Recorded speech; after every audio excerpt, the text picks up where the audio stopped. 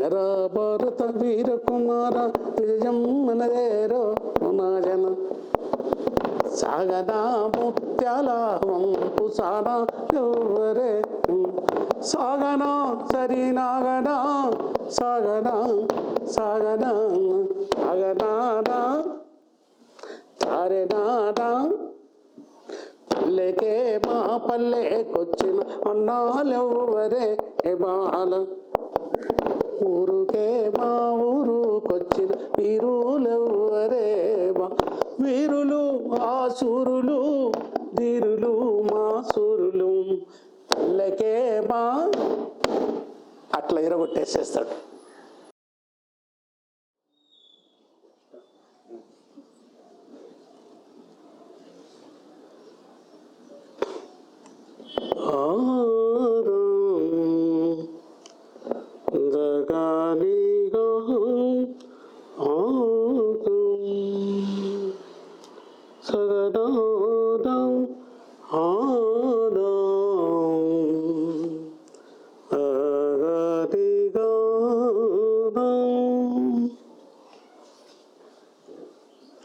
శబ్దం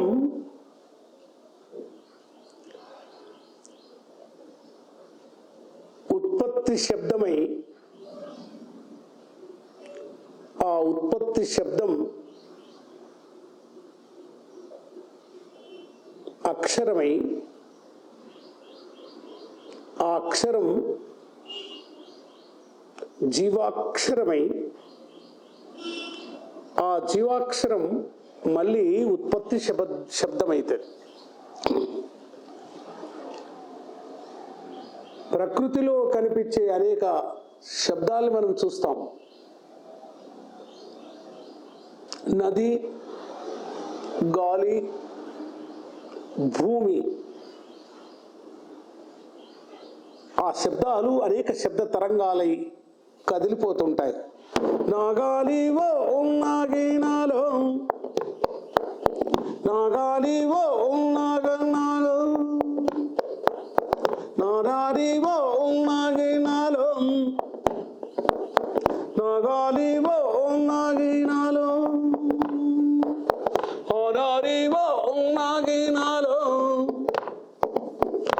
అలా ఒక రిథమెటిక్ శబ్దం ఉంటుంది. ఈ శబ్దం జనరేట్ ఎట్లయితుందంటే పరస్పర ఘర్షణ వల్ల శబ్దమవుతుంది. ఈ పరస్పరమైన ఘర్షణ వల్లనే పదార్థం అది చలనంలో ఉంటుంది. పదార్థం ఎప్పుడైతే చలనంలో ఉంటుందో ఆ చలనంలో నుండే ఒక శబ్దం జనరేట్ అవుతుంది.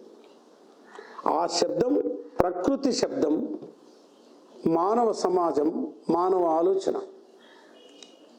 అంటే ఆ ప్రకృతి మీద మనిషి చేసే పని వలన ఒక రూపమైనటువంటి శబ్దం జనరేట్ అవుతుంది.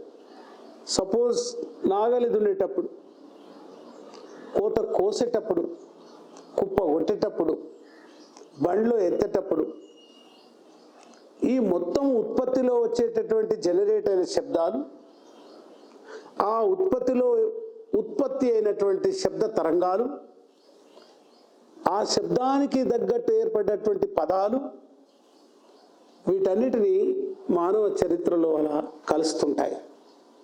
ఒకసారి భూమిని చూసినప్పుడు ఆ భూమి తన చుట్టూ తాను తిరుగుతున్న శబ్దం మనం కనిపించదు, కానీ చీకటి వెలుగుల ద్వారా దాని రూపం కదిలిస్తారు. మనం అనుకుంటాం సూర్యుడు తూర్పున ఉదయించి పడమరలో ముగిసిపోతుండ అనుకుంటాడు. అది మన ఆలోచన. సూర్యుడు ఉదయించడు, అస్తమించడు. అందరూ ఓ ఉదయించే సూర్యుడా, అస్తమించే సూర్యుడా అని సూర్య నమస్కారాలు చేసి మొక్కుతుంటాం. కానీ సూర్యుడు ఉదయించడు, అస్తమించడు. కానీ ఉదయించేది అస్తమించేది భూమే. కాబట్టి భూమి మీద ఉండేటటువంటి ప్రకృతిలో, ఈ భూమి మీద ప్రకృతి, మానవ సమాజం, మానవ ఆలోచన ఉంటుంది. ఈ మానవ ఆలోచన యొక్క ఘర్షణనే మ్యూజిక్. దాని యొక్క ప్రతిబింబమే మనకు ప్రకృతిలో కనిపిస్తూ ఉంటారు. గాలి వీస్తున్నప్పుడు దాని లయ ప్రకారమే కొమ్మలు ఊగుతాయి. అది తుఫాన్గా వచ్చినప్పుడు ఆ తరంగాలకు ఆ కొమ్మల యొక్క నడక మారుతుంది. పక్షుల అరుపులు, జీవరాశుల అరుపులు, ప్రకృతిలోని ఒకవైపు ఉంటే ఆ శబ్దాలు, ఆ ప్రకృతి మీద పనిచేసేవాడు జనరేట్ చేసేది ఉత్పత్తి శబ్దం అంటారు. శబ్దం, ఉత్పత్తి శబ్దం, జానపదం, జ్ఞానపదం, జీవపదం, మళ్ళీ ఉత్పత్తి పదం అవుతుంది. అందుకే కళలు, సాహిత్యం, ఏ కథారూపాలు, పాటలు, డ్యాన్స్లు ఏవైనా ఆ ఉత్పత్తికి సంబంధించినటువంటి శబ్దాల్ని లయలోకి మార్చి మనిషికి తిండే కాదు, మైండ్ కూడా ఒక ఆలోచన కావాలి. రెండు భాగాలుగా విడిపోయిన మనిషి తన యొక్క బుర్రకు కావలసినటువంటి తిండి కావాలి.